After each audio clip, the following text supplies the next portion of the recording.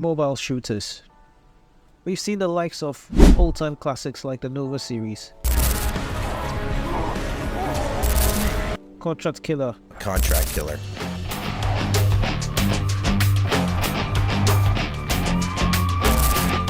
Modern Combat,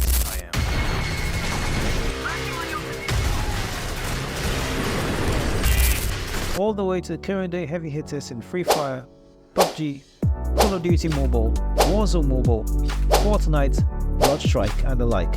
It's really incredible how the shooter scene in mobile gaming has become very lucrative. We are even having the AAA console developers even jumping onto the bandwagon to try their luck with Activision, Epic Games, and others all pushing their attempts, with some becoming instant hits while majority are just forgettable. Electronic Arts also linked into this ruckus, and they wanted a piece of the action with their big hitter Battlefield. This was a title that was set to revolutionize the mobile shooter scene, with the game being built from the ground up and with mobile being in mind. Battlefield Mobile was going to be the next big competitor until it was unceremoniously cancelled in 2023. But what happened?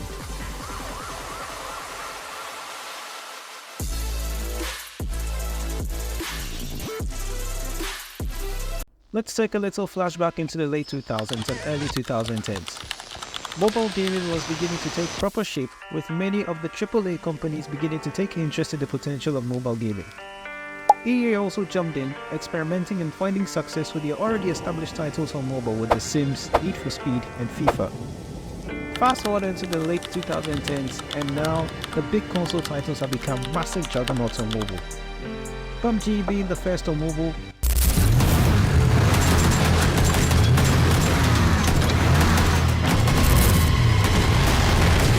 before being overtaken by Fortnite from Epic Games,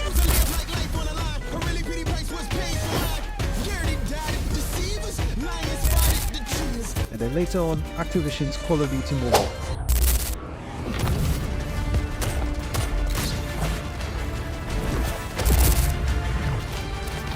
With these games being very successful in terms of player count, interactions, and revenue, it was a matter of time before another shooter entered the war zone. With EA recognizing the potential millions they could make, they decided to throw their two trump cards into the gauntlet: Apex Legends and Battlefield. Battlefield is a series of first-person shooter games developed by DICE and published by EA. Since 2002, the series has gone from a World War shooter to a genuine alternative and a competitor to Call of Duty, with its first game, Battlefield 1942.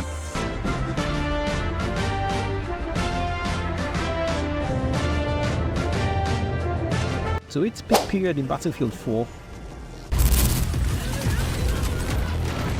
and then its sloppy mess of Battlefield 2042. Strategy is simple. Capture your objectives, take control of the sectors, and repel the enemy.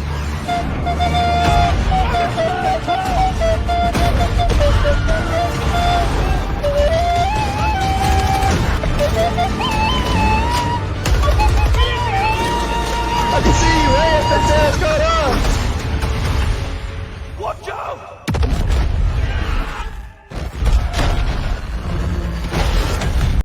More on that later. Battlefield has actually already had a taste of mobile gaming in the past, with two prior Battlefield games which were pretty much forgettable. We had Battlefield Bad Company 2, released on the 16th of December 2010 for iOS. It was a mobile port of the console version and featured a campaign mode as well as multiplayer.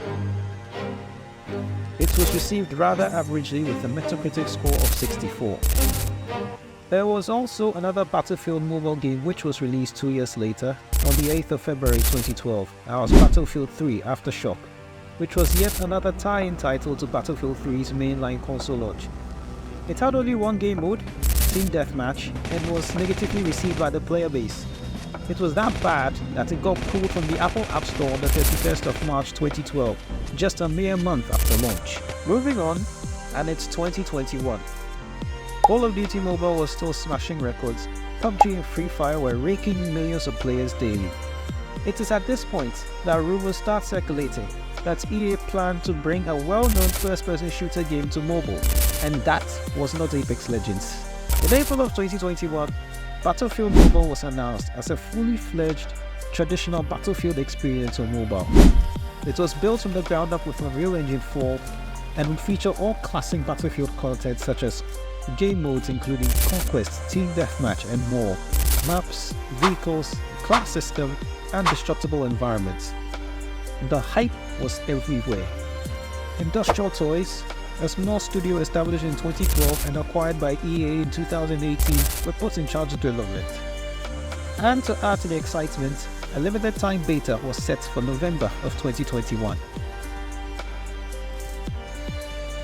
These guys at Industrial Toys were headed by Alex Seropian, who was the co-creator of the legendary Halo franchise.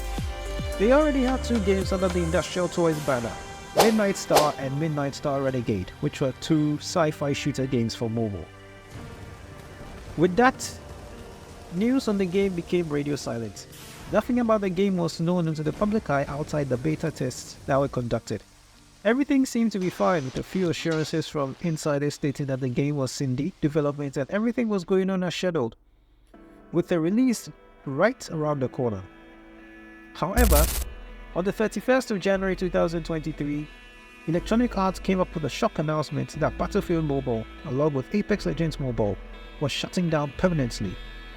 Along with the games was the entire dev studio behind them, Industrial Toys. Well, that was it.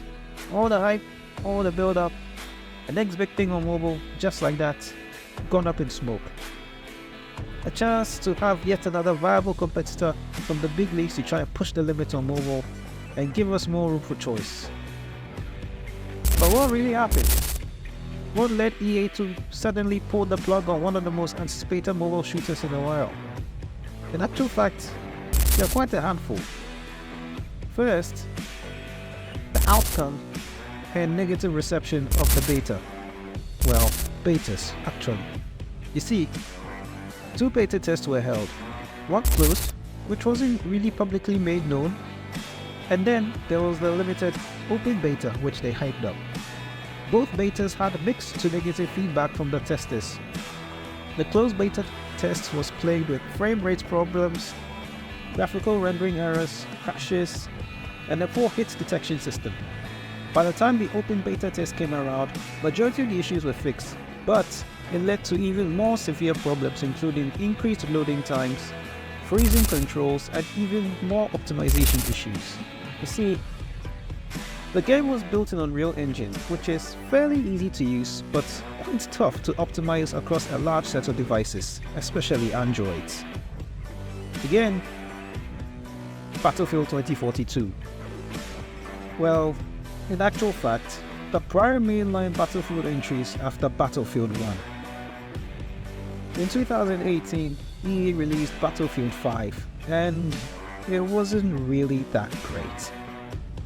And with that disappointment, EA decided to gamble with everything they had to put their next Battlefield entry and try and see if they could get that franchise back on track.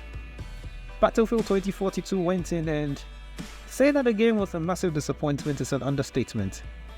It was that bad that EA were forced to suspend all future Battlefield plans for introspection, and sadly, Battlefield Mobile fell into this pit.